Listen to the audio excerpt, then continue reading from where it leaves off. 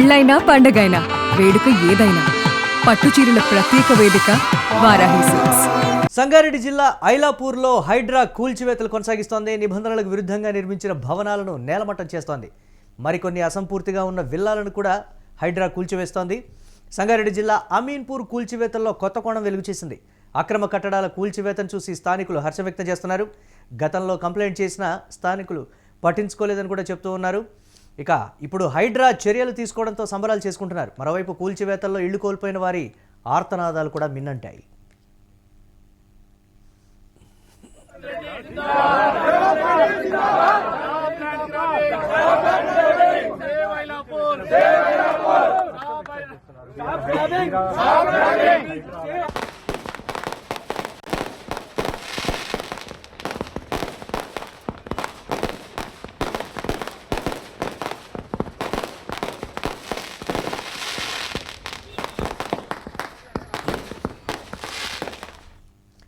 ఇక సంగారెడ్డి జిల్లా ఐలాపూర్లో చోటు చేసుకున్నటువంటి హైడ్రా కూల్చివేతలకు సంబంధించి మరిన్ని అప్డేట్స్ మా కరెస్పాండెంట్ సత్య అందిస్తారు. సత్య, హైడ్రా ఈ మూల ఆ మూల అని లేదు, నగరం నలువైపులా ఎక్కడైతే ఆక్రమణలకు గురయ్యాయో అక్కడ మేము కూల్చివేతలు కొనసాగిస్తాం అనేటువంటి క్లియర్ కట్ ఇండికేషన్ కూడా ఇస్తున్నటువంటి పరిస్థితి. పర్టికులర్గా సంగారెడ్డి జిల్లా ఐలాపూర్లో అయితే స్థానికులు బాణాసంచా పేలుస్తూ సంబరాలు చేసుకుంటున్నారంటే ఏ స్థాయిలో అక్కడ ఆక్రమణలు జరిగిపోయాయి అనేది కూడా తెలుస్తోంది. ఏంటి అప్డేట్స్, స్థానికులు ఏం చెప్తున్నారు అక్కడ?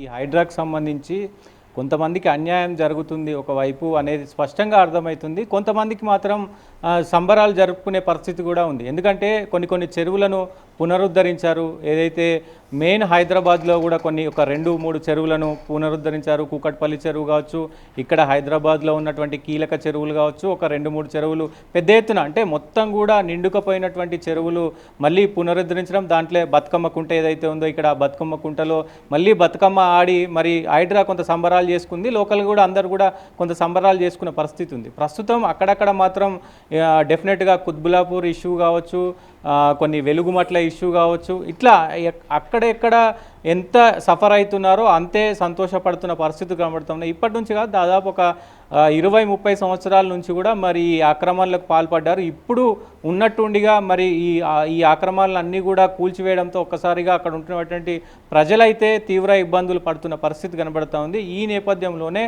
ఈరోజు పొద్దున ఏదైతే 7 గంటల సమయంలో ఏదైతే సంగారెడ్డి జిల్లా అమీన్పూర్ మండలం ఈ ఐలాపూర్ గ్రామం తండాకు సంబంధించినటువంటి వ్యవహారంలో కూడా హైడ్రా నోటీసులు ఇవ్వకుండా మరి కూల్చింది అంటూ కూడా వార్తలు వస్తున్న పరిస్థితి కనబడుతూ ఉంది. దీనికి సంబంధించి గతంలో నుంచి కూడా అంటే దాదాపు 1980 నుంచి కూడా ఈ ల్యాండ్కు సంబంధించి ఏదైతే ఆ చెరువు ల్యాండ్, ఆ చెరువు చుట్టుపక్కల ల్యాండ్ ఏదైతే ఉందో మొత్తం కూడా 1263 ఎకరాలు ఇది. దీంట్లో 1980 నుంచి కోర్టు వివాదంలో ఉంది మురళి. ఇది ప్రధానంగా గ్రామస్తులకి అటు గవర్నమెంట్కి మధ్య ఈ మొత్తం ల్యాండ్ నలుగుతా వచ్చింది. సో సుప్రీంకోర్టు ఇటు హైకోర్టుకు సంబంధించి స్టే ఉంది దానిపైన. ఆ గ్రామస్తుల ల్యాండా లేకపోతే గవర్నమెంట్ ల్యాండా అనేది కూడా దాదాపు 1980 నుంచి 2000 సంవత్సరంలో అలాగే 2021 సంవత్సరంలో కూడా మరి వాళ్ళు తర్జన్ భర్జన్ పడుకుంటూ కూడా గ్రామస్తులు కొట్లాడుకుంటూ వస్తున్న పరిస్థితి ఉంది. అయితే ఇదే అదునుగా చూసుకున్నటువంటి ఎవరైతే సుప్రీంకోర్టు లాయర్ ముకీం అయితే ఉన్నాడో, ఈయన సుప్రీంకోర్టు న్యాయవాదిగా పనిచేస్తూ ఉన్నాడు. ముకీం అక్కడ కొంత ప్లేసును కొనుక్కున్న పరిస్థితి ఉంది. ఆ ప్లేసును అక్కడ కొనుక్కొని ఫామ్ హౌస్ ఒకటి కట్టుకున్నాడు. ఫామ్ హౌస్ కట్టుకొని కొన్ని రోజుల తర్వాత అక్కడ లోకల్గా ఉన్నటువంటి చెరువుకు సంబంధించినటువంటి 300 ఎకరాలను కూడా ఆక్రమించి ఇంకో ఫామ్ హౌస్ కట్టుకొని ఇవంతా కూడా అక్కడ ఆక్రమణలకు పాల్పడ్డాడు అనేది మరి చెప్తున్న పరిస్థితి కనబడుతుంది. దాంతోపాటు 2 పెద్ద అపార్ట్మెంట్స్ అంటే అక్కడ వెంచర్స్ వేసి 2 పెద్ద బహుళ అంతస్తులు గల బిల్డింగ్లు 2 కట్టాడు. దాదాపు దాంట్లో మరి చాలామంది నిర్వాసితులు ఉన్నారు. దాదాపు ఇప్పుడు హైడ్రా ఈరోజు కనుక చూస్తే దాదాపు 861 ఎకరాల భూమిని కాపాడిందంటే మీరు అర్థం చేసుకోవచ్చు ఎంత మేర కబ్జాకు గురైంది మొత్తం ఈ ల్యాండ్ అనేది కూడా అర్థం చేసుకోవచ్చు.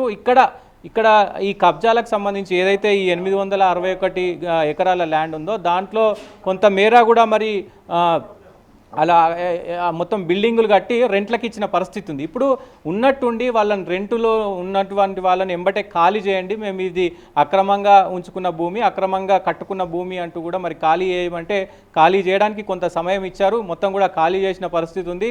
ఇప్పటికే ఫామ్ హౌస్లను కూల్చేశారు. దాంతోపాటు ఆ 2 భవనాలను కూడా పెద్ద భవనాలను కూల్చే పనిలో ఉన్నారు. ఇప్పటికీ ఇంకా హైడ్రా అక్కడ ప్రస్తుతం ఆ భవనాలను కూలుస్తూ ఉంది. ఎందుకంటే అందరినీ ఖాళీ చేపిస్తూ ఉన్నారు. కొంత సమయం అడిగారు కాబట్టి ఆ సమయాన్ని తీసుకొని ఖాళీ చేస్తూ ఉన్నారు. దాదాపు ఎవరైతే అక్కడ రెంట్కున్న వాళ్ళు అలాగే అక్కడ కొనుక్కున్న వాళ్ళు ప్రస్తుతం ఆర్త నాదాలు వినపడుతున్న పరిస్థితి కనబడుతూ ఉన్నాయి. సో ఇప్పుడు ఇక్కడ ఎవరిని అప్రిషియేట్ చేయాలి, ఎవరిని మెచ్చుకోవాలి అనేది కూడా ఒక చర్చనీయాంశంగా మారిన పరిస్థితి కనబడుతుంది మురళి. ఎందుకంటే ఇక్కడ చాలామంది అంటే కొన్ని సంవత్సరాల నుంచి కూడా ఇది దాదాపు ఒక 3-4 సంవత్సరాల నుంచి కూడా మరి ఇది కబ్జాకు గురైంది. అక్కడ వెంచర్లు వేశారు. తెలియని వాళ్ళు అక్కడ వెంచర్లు కొనుక్కున్నారు, అక్కడ రూములు కొనుక్కున్నారు, డబుల్ బెడ్రూమ్స్ తక్కువకు వస్తుందంటే ఎవరైనా కొనుక్కున్నారు. సో ఇప్పుడు వాళ్ళు చాలా బాధపడుతున్న పరిస్థితి ఉంది. వాళ్ళు ఎక్కడికి వెళ్ళాలో తెలియదు. అంటే ఉన్నట్టుండి ఖాళీ చేయండి అంటే వాళ్ళ పరిస్థితి ఏంటి, వాళ్ళు ఎక్కడికి వెళ్ళాలి, ఫ్యామిలీ ఎక్కడికి వెళ్ళాలి, మరి వాళ్ళు ఎక్కడ ఉండాలి అనేది ప్రస్తుతం చర్చనీయాంశంగా మారింది. ప్రజలైతే అక్కడ ఉన్నటువంటి ప్రజలు ప్రస్తుతం ఆ అపార్ట్మెంట్లలో ఉన్నటువంటి ప్రజలు మాత్రం కన్నీరు మున్నీరు అవుతున్న పరిస్థితి కనబడుతూ ఉంది. ఇదిలా ఉంటే ఒకవైపు గ్రామస్తులు మాత్రం సంతోషాలతో బాణాసంచా పేలుస్తూ ఉన్నారు. ఎందుకంటే గత ప్రభుత్వం పట్టించుకోలేదు. ఈ ప్రభుత్వం మరి ఏదైతే ఈ ఆక్రమణకు గురవుతుందంటే మేము 2020 నుంచి 2019 నుంచి మేము నోటీసులు ఇస్తూ ఉన్నాం, పోలీస్ కంప్లైంట్లు ఇస్తూ ఉన్నాం. ఆ ప్రభుత్వం పట్టించుకోలేదు.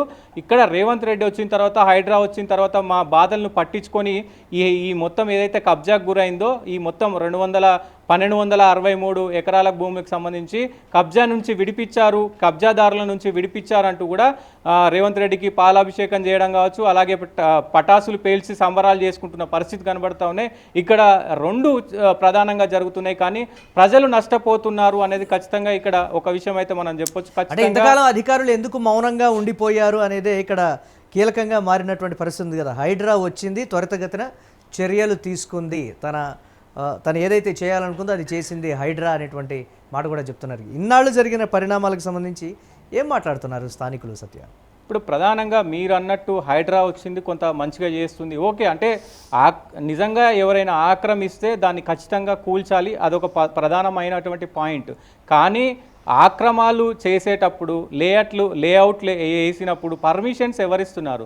గవర్నమెంట్ పర్మిషన్స్ ఇస్తుంది, గవర్నమెంట్ అధికారులు పర్మిషన్స్ ఇస్తున్నాయి. సో అందరూ వాళ్ళు కొనుక్కుంటున్నారు, లక్షలు పెట్టి కొనుక్కుంటున్నారు. ఇప్పుడు రోడ్డు మీద పడేస్తే మరి ఎవరిది బాధ్యత? ఎందుకంటే దీంట్లో ప్రజలను ఈజీగా అంటే అక్కడ మరి తెలియకుండా మీరు కొనేశారు కాబట్టి మీరే బాధ్యత వహించాలి అంటున్నారు. కానీ ప్రధానంగా దీనిపైన ఎవరు కూడా మాట్లాడని పరిస్థితి ఉంది. ప్రజల పక్షాన మాట్లాడని పరిస్థితి కనబడుతూ ఉంది.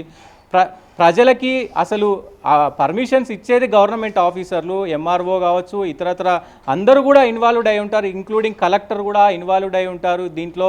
ఈ పర్మిషన్స్ విషయాల్లో జిహెచ్ఎంసీ అధికారులు ఉంటారు, అక్కడ గ్రామాధికారులు ఉంటారు, అందరూ కూడా పర్మిషన్స్ ఇస్తేనే మరి ఆ బిల్డింగులు కట్టే అవకాశం ఉంటుంది. కాబట్టి ఇలా ఇప్పుడు మాత్రం ప్రజలను మరి అంటే ఏకకాలంగా వాళ్ళని బయటికి వెళ్ళగొట్టడం, నిర్వాసితులను చేయడం ఎంతవరకు కరెక్ట్ అనేది ప్రభుత్వం కూడా ఒకసారి ఆలోచించాలి.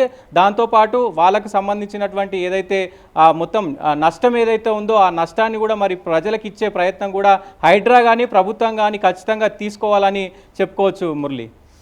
Right, thanks for updates Satya. ఇక సంగారెడ్డి జిల్లా ఐలాపూర్లో హైడ్రా కూల్చివేతలు కొనసాగుతున్నాయి. నిబంధనలకు విరుద్ధంగా నిర్మించినటువంటి భవనాలను హైడ్రా నేలమట్టం చేస్తోంది. మరికొన్ని అసంపూర్తిగా ఉన్నటువంటి విల్లాలను కూడా హైడ్రా కూల్చివేస్తోంది. సంగారెడ్డి జిల్లా అమీన్పూర్ కూల్చివేతల్లో కొత్త కోణం వెలుగు చూస్తోంది. అక్రమ కట్టడాల కూల్చివేతను చూసి స్థానికులు హర్షం వ్యక్తం చేస్తున్నారు. బాణాసంచా కూడా అక్కడ కాలుస్తున్నారనంటే వారు ఏ స్థాయిలో సంతోషంగా ఉన్నారనేది క్లియర్ కట్గా అర్థమవుతుంది. ఇన్నాళ్ళ మా పోరాటం ఫలించింది అని వారు చెప్పడం చూస్తూ ఉంటే ఏ స్థాయిలో అక్కడ ఆక్రమణలు జరిగాయో కూడా మనకు అర్థమవుతుంది.